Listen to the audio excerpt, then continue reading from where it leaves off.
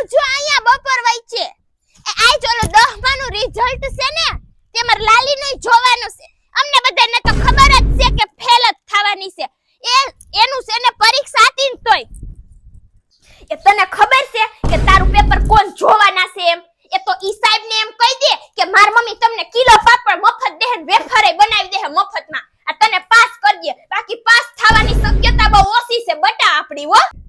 બટા હું શું કહું છું, આ ઓલા બીટીએસ વાળાને જરીક ફોન તો કર.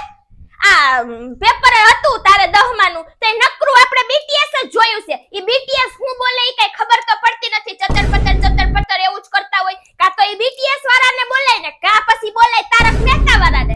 આપણે તો પરીક્ષાના ટાઈમે નકરું.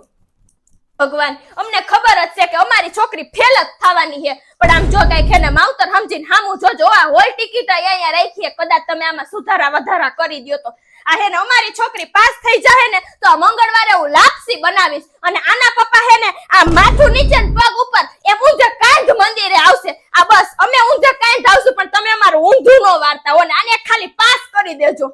એ મમ્મી આમાં સર્વર ડાઉન આવે છે. હે ભગવાન, જો મને ખબર જ હતી એને સર્વર ડાઉન એમ નમ નો થઈ ગયું હોય. આ સરકારને ખબર એક મરી ગયા તમે ફેલ જ થયા હો. એ બાપા કઈ ખાંભરો પાછું કઈક સર્વર ઉપર ચડાવીને પાસ કરાવી દયો. અમે ઊંધે કાઈ જાવશું, ખાલી પાસ કરાવી દયો બાપા, પાસ કરાવી દયો.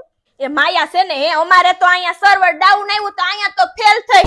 ન્યા જરા ખોલીને જોને પાસ થઈ ગઈ હોય તો એ આજ તો મારે મરવા જેવું થઈ જાહે બાપા. આ કે ઊંચું ઉપાડીને જોવા હે નહીં. આ સોમવારીમાંથી શાકભાજી લઈ આવી ઈ હજી ધોયું નથી બાપા. તું ન્યા જોને પાસ થઈ ગઈ હોય તો બટા તું મારા ગરાના હમખા તું પાસ થઈ ગઈ હો ને હાચન જ.